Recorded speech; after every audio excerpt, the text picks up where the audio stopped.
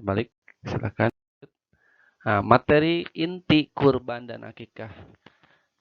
Jadi dari kurban dan akikah ada 6 materi. Satu, pengertian. Yang kedua, hukum pelaksanaan. Yang ketiga, ketentuan hewannya. 4, waktu pelaksanaan. Kelima, hikmah atau pelajaran. Yang keenam, perbedaan kurban dan akikah. Ini materi inti yang akan kita pelajari bersama-sama. Baik, kita menginjak dulu ke materi pertama. Materi inti pertama, pengertian. Pengertian kurban dan akikah. Kurban menurut bahasa, kurban dulu ya, yaitu dekat.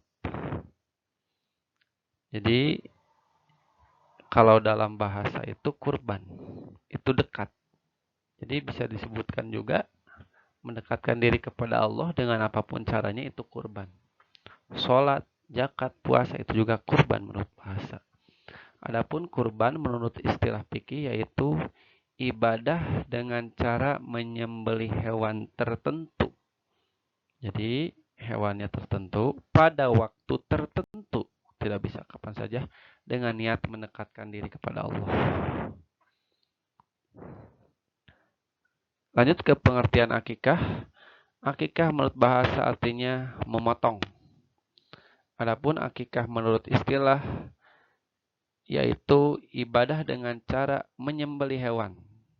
Tertentu sama ini juga, tidak sembarangan. Karena sebab lahirnya seorang anak. Jadi ada alasan kalau dalam akikah itu lahirnya seorang anak. Kalau kurban itu di waktu-waktu tertentu yaitu di bulan Zulhijjah. Nah, ini kurban juga dalam bahasa fikih. Ini lebih familiarnya dengan kata al-udhiyah. Ya, al-udhiyah. Cuma di kita lebih terkenalnya dengan kata kurban. Namun dalam kitab-kitab fikih ini suka dibahasakan babul udhiyah atau babul tadhiyah. Kita lanjut. Hukum ibadah kurban.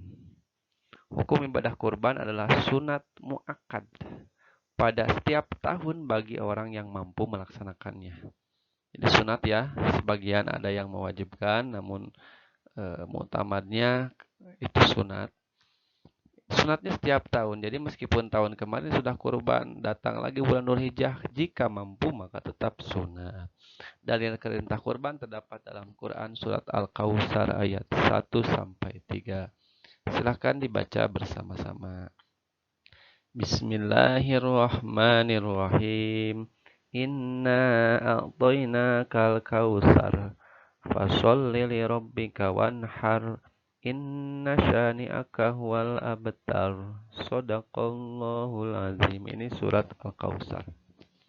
Orang yang disebut mampu adalah seseorang yang memiliki harta untuk membeli seekor binatang kurban dan memiliki bekal untuk biaya hidup dirinya dan keluarganya selama hari kurban. Jadi hari kurban itu ada 5 hari, ada 4 hari, ada 4 hari,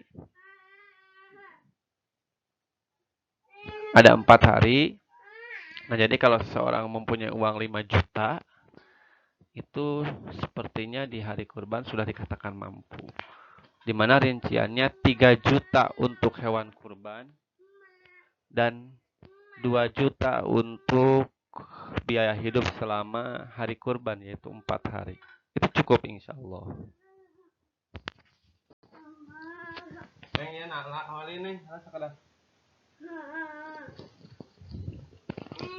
Kita lanjut. Hukum ibadah akikah adalah sunat muakkad. Sunat muakkad itu bagi seseorang yang dikaruniai seorang anak, jadi kepada ayahnya ya. Dalil perintah akikah itu, ini hadisnya ada, kulu gulamin rohinatun bi akikotihi. Tudbahu anhu yauma sabihi wa yusama fihi wa yulhaqu ra'suhu. Artinya setiap anak yang lahir itu tergadai akikahnya yang disembelih pada hari ke-7, pada hari itu diberi nama dan digunduli rambutnya. Ini hadis riwayat Ahmad. Binatang yang bisa dipakai kurban. Ini ada di sini kita pakai 3 jenis karena ada kesamaan ya dari dua jenis binatang yang lain. Pertama, unta. Ya, unta minimal usianya 5 tahun. Yang kedua, sapi atau kerbau. Ini minimal usianya 2 tahun. Yang ketiga, kambing atau domba. Nah, ini ada dua ya, sedang ngerendeng, sedang berdampingan.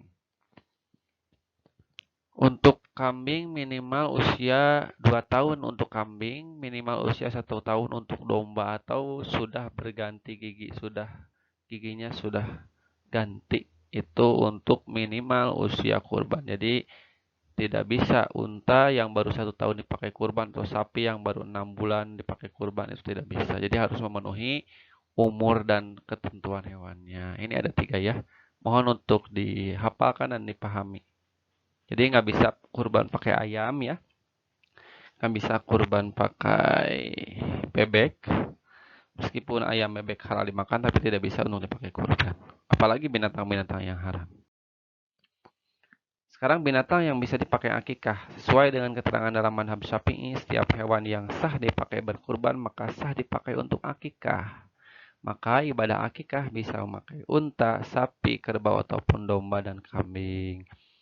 Jadi dalam madhab Syafi'i, setiap hewan yang bisa dipakai kurban, maka bisa dipakai akikah. Namun di kita itu ya lebih dominannya kalau akikah itu pakai domba atau kambing. Karena memang ya dagingnya itu lebih minimal untuk dibelinya lebih murah. Waktu pelaksanaan. Nah, ini tadi kan sudah ke pengertian ketentuan binatangnya, sekarang waktunya. Pengertian hukum yang sudah itu pengertian hukum ketentuan binatang, sekarang waktunya.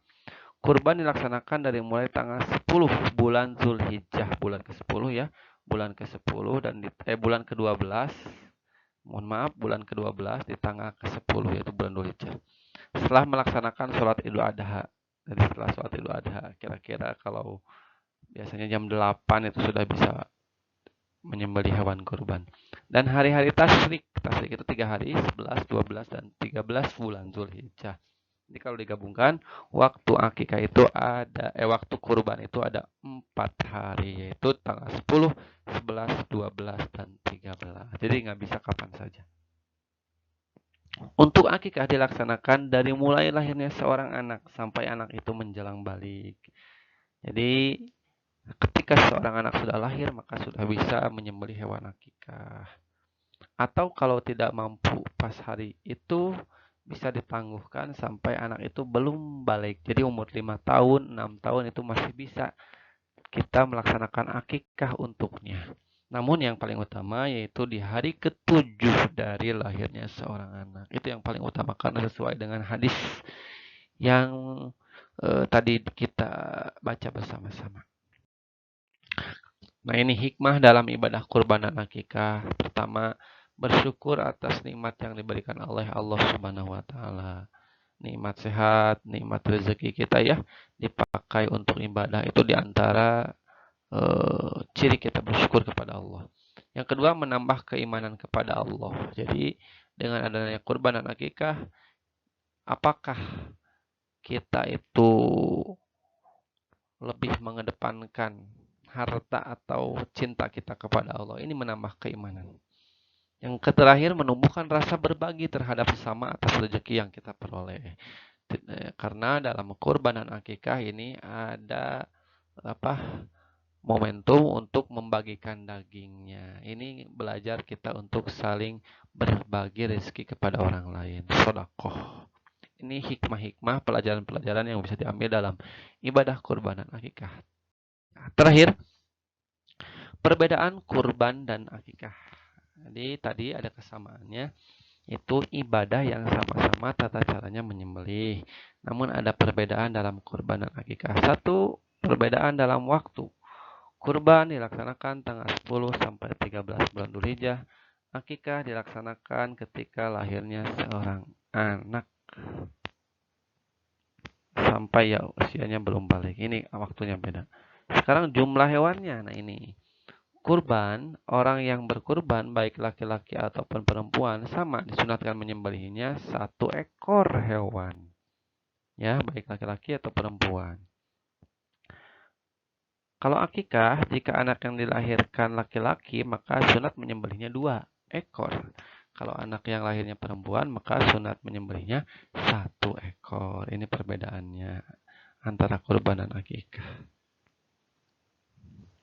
Oh iya, lupa tadi di kurban, khusus untuk sapi dan unta, itu 1 sapi, 1 ekor unta bisa dipakai untuk berkurban 7 orang. Namun untuk domba dan kambing itu hanya untuk 1 orang, 1 jiwa. Terakhir, perbedaan kurban dan akikah dari cara membagikannya. Yang pertama, kurban dibagikan secara mentah. Masih mentah, belum dipasak ya. Sedangkan akikah baiknya dibagikan setelah dimasak. Dan baiknya bumbu atau rasa dagingnya itu semu manis, jadi rasa manis tambah gula ya. Nah ini kurban mentah, bagikannya mentah, terus keresek, dipakai keresek langsung. Kalau akikah sudah dimasak, tambah dengan menu-menu yang lain. Ini ya, ada yang di sate. Terima kasih. Semoga bermanfaat. Itu penjelasan mengenai materi kurban dan akikah. Assalamualaikum warahmatullahi wabarakatuh.